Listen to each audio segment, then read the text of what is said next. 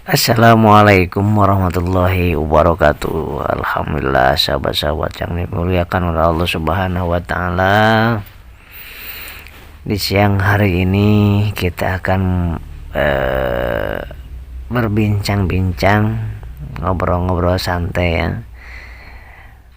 Bagaimana hidup senang dan bahagia. Bahagia dan senang adalah sesuatu yang berbeda, sahabat. Mungkin orang yang ingin mobil dan dapat mobil senang, tapi belum tentu bahagia. Orang yang ingin mencari kebahagiaan tapi datangnya ke diskotik, itu dapat kesenangannya tapi gak dapat kebahagiaannya. Orang yang mencari kebahagiaan dengan mabuk minuman keras, dengan nongkrong pasti gak dapat bahagianya. Kesenangannya dapat tapi kebahagiaannya tidak dapat ya. Kemudian mungkin ada yang ingin mendapatkan jodoh, disangkanya jodoh akan bikin bahagia. Ternyata banyak yang punya jodoh malah enggak bahagia, mungkin senang. Nah, jadi apa itu kesenangan? Kesenangan itu hanya sebentar, tapi kebahagiaan ada lebih lama biasanya.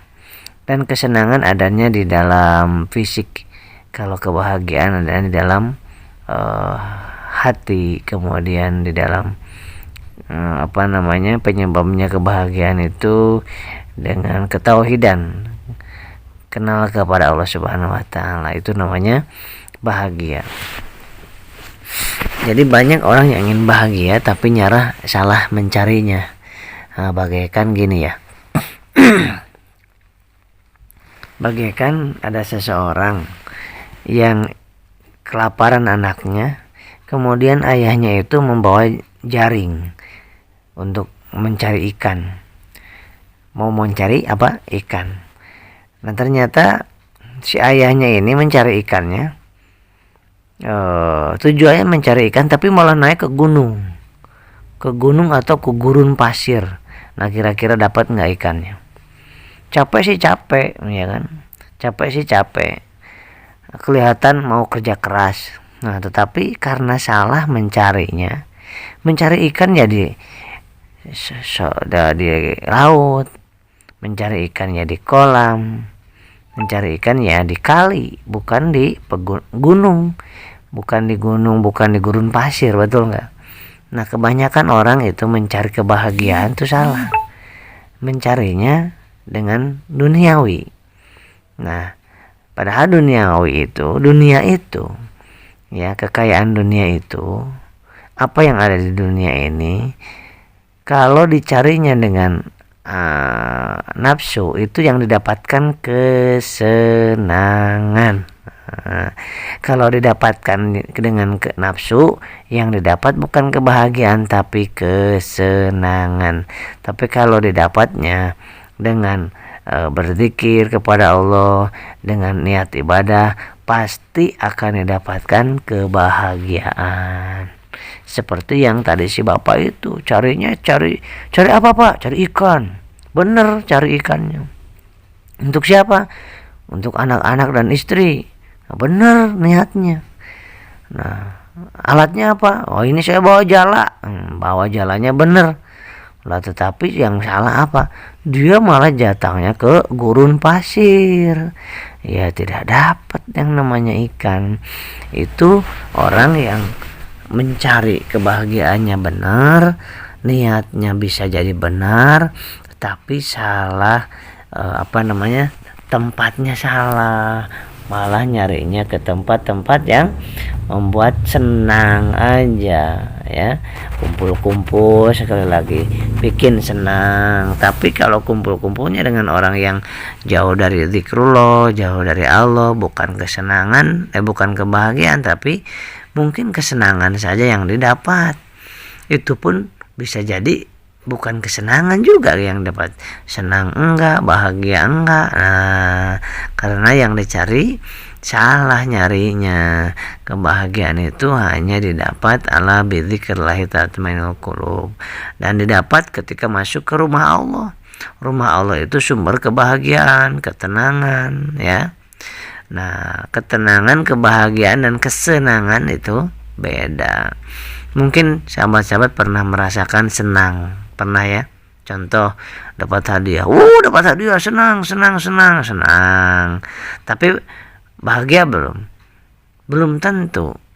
Bisa jadi senangnya cuma 1 jam, 2 jam, ya kan? Kemudian bahagia nggak dapat, tenang nggak dapat. Karena apa? Karena merasa diri, dapat hadiah karena kehebatan saya, dapat rezeki karena kehebatan saya, karena kerja keras saya, tidak melibatkan Allah, maka tidak akan ada ketenangan, tidak akan ada kebahagiaan, yang ada kesenangan. Dan kesenangan itu cuma sesaat, fana, ya, sangat fana. Kebahagiaan yang hakiki adalah kebahagiaan yang ada di surga kelak. Tetapi di dunia juga bisa mendapatkan kebahagiaan. Kapan? Ketika kita selalu dikoneksikan kepada Allah Subhanahu wa taala, baik dalam kondisi enak, tidak enak, sehat, sakit, ada uang, nggak punya uang, dikoneksikan, dihubungkan kepada Allah Subhanahu wa taala.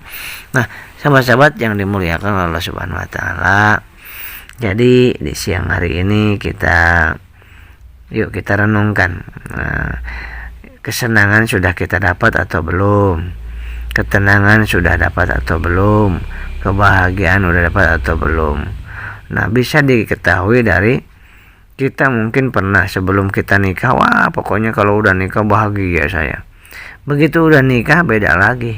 Kok ternyata nggak seperti yang dibayangkan, nggak kayak gini yang saya bayangkan. Senangnya sebentar doang pada saat ijab kabul, dirame-ramein, ada hiburan, mungkin senang, tetapi bahagia belum tentu kalau pernikahannya tidak tidak mengikuti aturan Allah, tidak diajak kepada Allah, suami dan istrinya itu bercerai-berai, tidak tidak saling mengingatkan kepada Allah Subhanahu wa taala. Dan tidak ada ketenangan. Ketenangan itu sakinah. Ya, sakinah itu ketenangan. Kemudian pada saat kalau belum punya anak belum bahagia deh. Coba kalau udah punya anak pasti bahagia. Sempurna deh keluarga kalau sudah punya anak. Kalau belum punya anak bilang gitu, pas dikasih anak apa beda lagi. Ternyata gak susah banget punya anak nih, ngurusnya susah, beli susunya mahal. Kemudian itu bahagia nggak bahagia. Tenang nggak tenang. Nah, berarti salah itu punya anaknya, niatnya salah, caranya salah, dan tidak menganggap bahwa anak itu adalah titipan Allah. Nah, kalau menganggap anak itu adalah milik kita, ya kehebatan kita, tidak ada sangkut pautnya dengan sama Allah, maka adanya anak bukan ketenangan yang didapat, bukan kebahagiaan yang didapat, tetapi yang didapat ada apa? Kesenangan yang sementara saja. Sesudah itu banyaknya sengsara, menderita, disakiti sama anak, ya kan? Nah, berapa banyak orang tua yang disakiti sama anak, dibentak-bentak. Ada juga anak yang suka malu punya orang tua seperti kita. Nah, bagaimana coba? Nah, kemudian ketenangan, kebahagiaan. Sudah punya anak satu, padahal kita kalau pingin bahagia, pingin tenang dalam urusan dunia, kita lihat ke yang lebih bawah daripada kita. Ya Allah, alhamdulillah saya mah udah nikah. Itu ada orang yang sudah bertahun-tahun mencari jodohnya, tidak dapat jodoh, belum dapat jodohnya. Ya Allah, udah stres. Alhamdulillah, ambil kita doakan mereka. Kemudian yang sudah punya jodoh, ya melihat yang punya anak itu melihatnya kepada yang belum punya anak. Ya Allah, terima kasih kau titipkan anak kepada hamba. Orang lain mah ya Allah ingin punya anak itu sampai habis puluhan juta, ratusan juta untuk program anak. Saya mah nggak perlu pakai ngeluarin uang. Kau titipkan anak kepada hamba, bahkan bukan cuma satu, ada 5 ya Allah. Nah, kemudian ingat Allah terus. Ingat Allah terus bahwa ini milik Allah, semuanya milik Allah, itu semuanya kehendak Allah. itu kita dikaruniakan sama Allah untuk menguji diri kita, bukan kesuksesan kita punya anak itu, tapi itu sekedar ujian dari Allah Subhanahu wa Ta'ala. Nah, kemudian itu supaya tenang dan bahagia juga, kita jangan menganggap jasa kita yang hebat, tapi lihat jasa orang tua kita lihat jasa guru-guru kita lihat jasa teman dan saudara kita. Selalu ingat jasa orang lain. Kalau kita ingatnya cuma jasa kita lupa jasa orang lain, yang ada nanti akan menyalahkan orang lain selalu dan tidak mau diberikan nasihat. Itu kan bahaya. Nah, kemudian sahabat, ketenangan, kebahagiaan akan muncul kalau kita digunakan apa yang Allah berikan kepada kita, Allah titipkan kepada kita, digunakan untuk sesuatu yang Allah senangi, yang Allah bahagia, yang Allah sukai. Ya, itu pasti akan membahagiakan kita. Walaupun kita dicaci, dihina oleh manusia, tapi kalau Allah memberikan kebahagiaan kepada kita, maka kita akan senang, akan bahagia, ya. Nah, orang bahagia itu pasti senang, tapi orang senang belum tentu bahagia. Ya, kita tanya kepada orang-orang yang banyak uang. Saya kasih tahu sahabat saya beberapa kenalan artis yang sudah puncak artisnya, udah puncak hartanya banyak, uangnya banyak, mobilnya, rumahnya. Lama-lama semuanya dengan wasilah diberikan sakit yang sangat luar biasa, dia mengakui bahwa ini semuanya bukan karena aku. Tadinya sombong banget, tadinya luar biasa, wah ini hebat aku kan, ini siapa, kan aku ini kerja kerasku, ini bukan karena siapa-siapa, ini karena aku hebat, karena kerja keras, siang malam aku mencari uang sehingga aku bisa beli apa-apa, bisa jalan-jalan ke luar negeri. Nah, ketika Allah berikan sakit yang parah, ya, sehingga dia merasakan, oh ternyata ada Allah. Ternyata ada Allah yang memberikan semua ini kepada aku. Apa yang terjadi? Dia habiskan uangnya, habiskan hartanya untuk sesuatu yang di jalan Allah, untuk berdakwah. Subhanallah. Dan sekarang beliau sudah hijrah menjadi orang yang alim, menjadi pendakwah, ya. Coba lihat, tak sedikit orang-orang yang artis terkenal kemudian Allah belantingkan, Allah hancurkan sehancur-hancurnya karena berlilit dengan hutang, dengan riba. Kemudian Allah hancurkan kezaliman, zina dan lain sebagainya. Kemudian berikan sakit yang parah atau tabrakan, maka disitulah Allah senantiasa menginginkan kita kembali dan bertobat. Maka banyak sekali orang-orang yang tatonya banyak luar biasa, ya, dan nggak kenal Allah, ke ibunya nggak baik. Tapi ditanya sama seseorang, sama temennya yang udah hijrah, cuma ditanya gini aja, seorang laki-laki tatoan banyak banget, berandalan, preman luar biasa, cuma ditanya gini dari hati, bro, saya mau nanya kepadamu satu pertanyaan aja. Apa pertanyaannya? Sampai saat ini kamu udah ngasih apa ke ibumu? Udah ngasih apa ke mamahmu? Udah membahagiakan apa ke ibumu? Udah membuat ibumu tersenyum? Membahagiakan ibumu sudah? Saat itu dia nangis. Pada saat nangis, maka orang itu luar biasa, langsung saya langsung nangis dan menyatakan, ini kisah nyata. Seorang preman, ketuanya preman, badannya kekar, tatonya banyak. Ketika diingatkan seorang ibu, jasa seorang ibu, ditanya, udah memberi apa ke ibumu? Apa nasihat ibumu dan yang kamu tidak ketahui, yang tidak kamu lakukan?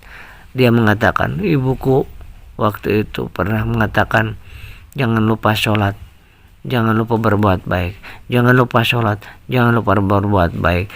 Ternyata aku belum lakukan itu semuanya. Dia nangis tersendu-sendu, sehingga ketuanya tersebut itu hijrah, benar-benar hijrah. dan anak buahnya tidak dipaksa untuk hijrah, tetapi ketuanya ini, ketua premannya ini, ketua gengnya ini, dia betul-betul hijrah walaupun banyak tato. Kemudian Allah memang sangat pengampun. Nah, ketika melihat ketuanya hijrah, maka anak buahnya, bos, saya boleh minum? Sok-sok minum, nggak apa-apa. Nah, nggak dilarang sama beliau, sok-sok minum nggak apa-apa, tapi ingat ibumu. Wah, pada saat kamu minum ingat ibumu ya, wajahmu ingatnya, wajah ibumu ya. Nah, ketika mau minum ingat wajah ibunya. Ada yang beberapa yang tidak jadi minum malah nangis. Allahu Akbar. Sahabat-sahabat yang dimuliakan Allah Subhanahu wa taala, itulah dakwah yang sesungguhnya. Jadi kadang-kadang dakwah itu benar-benar harus betul-betul harus dari hati. Kalimatnya cuma 2 kalimat tapi dari hati, kasih sayang, cinta, maka akan sampai. Nah, disitulah ternyata orang yang punya kekuasaan. Nanti jam 5. Nah, kemudian orang yang punya uang banyak, popularitasnya bagus, bisnisnya luar biasa, uangnya bagus, kemudian uangnya banyak, rumahnya mewah, itu belum tentu dapat kebahagiaan ya kalau hatinya jauh dari Allah.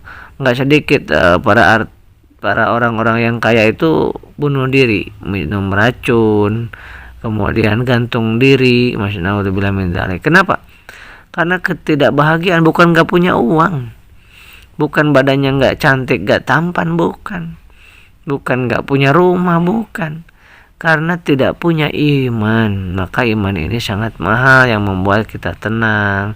Maka coba sahabat-sahabat cari di YouTube atau di Google, artis-artis para artis yang hijrah, coba lihat, banyak banget. Itu beliau itu tadinya betul-betul punya segalanya.